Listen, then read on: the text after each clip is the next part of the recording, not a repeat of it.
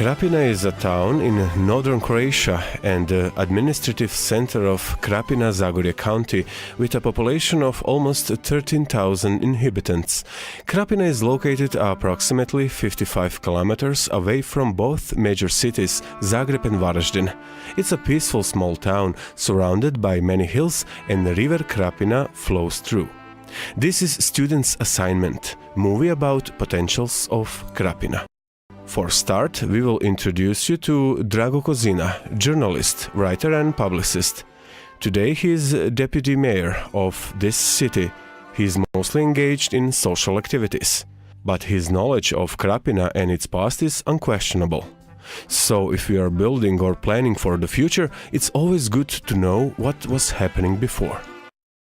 Uvijek priča o Krapini počinje puno prije današnjeg vremena. Zapravo mi se volimo pohvaliti da će iduće godine... Real story about Krapina begins almost 900 years ago. That's official by documents, but archaeological findings by Dr. Dragutin Gorjanović-Kramberger tell us that life was present here much earlier. Today Krapina is an administrative and cultural center of region.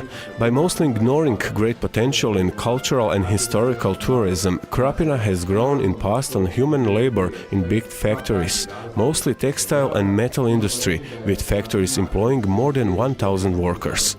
In nowadays, companies are much smaller and adaptive to modern trending in business, but on the other side, they tend to use more technology and less human workforce. Lack of variety of jobs is for sure one of today's challenges which city has to deal with.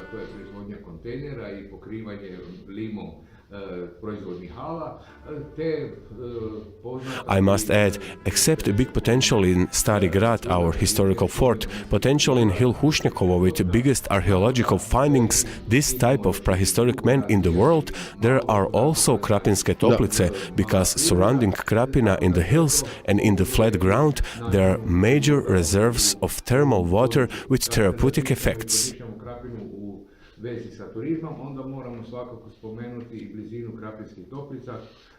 Krapinske toplice imaju u svom sadržaju najveći bazen natkriveni na ovom širem području Hrvatske a kako je Krapinske toplice su udaljene samo 13 km od Krapine, mislim da to sve skupa predstavlja jedan ozbiljan turistički proizvod. Of course, if we want to properly develop a city, we must try to do it from all angles. So first, we will jump into a small plane and take a tour. We will show you from this perspective what is harder to see from street point of view.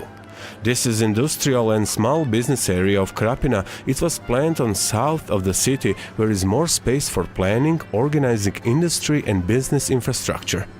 It's also well connected to highways and fast roads leading to Zagreb and in the west-east to rest of European Union.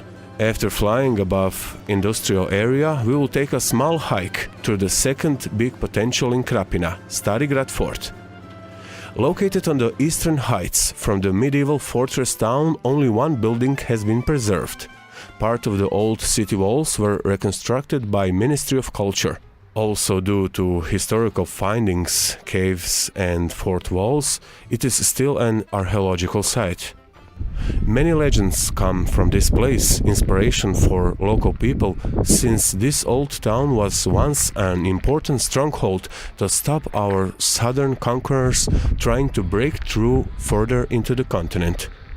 Today it's a big potential for cultural and tourism development on site, but before giving this place opportunity to take more public or private financing, reconstructions and archaeological digging must be completed fully.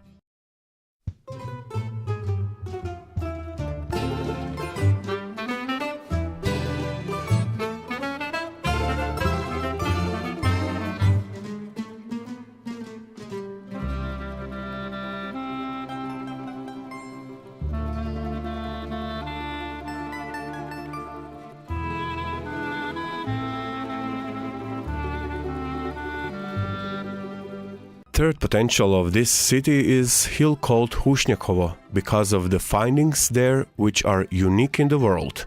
In 1899, archaeologist and paleontologist Dragutin Gorjanović Kramberger found over 800 fossil remains belonging to Neanderthals. The half cave in Krapina was soon listed among the world's science localities as a rich fossil finding site, where the largest and the richest collection of the Neanderthal men had ever been found. In the sandy deposits of the cave, about 900 remains of fossilized human bones were found.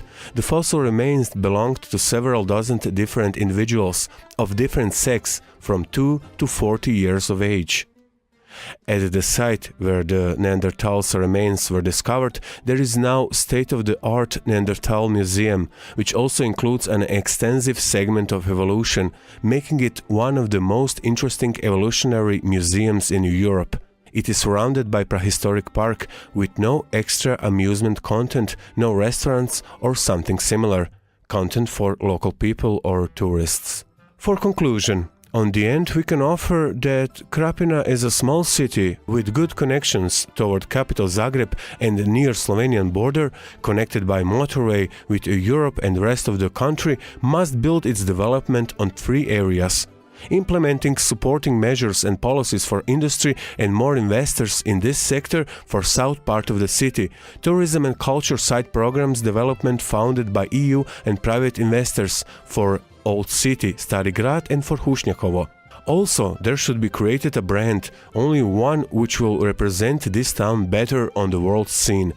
For this, I would recommend using potential of Husnjakovo hill with fossil remains of this type of prehistoric men which cannot be found anywhere else in the world.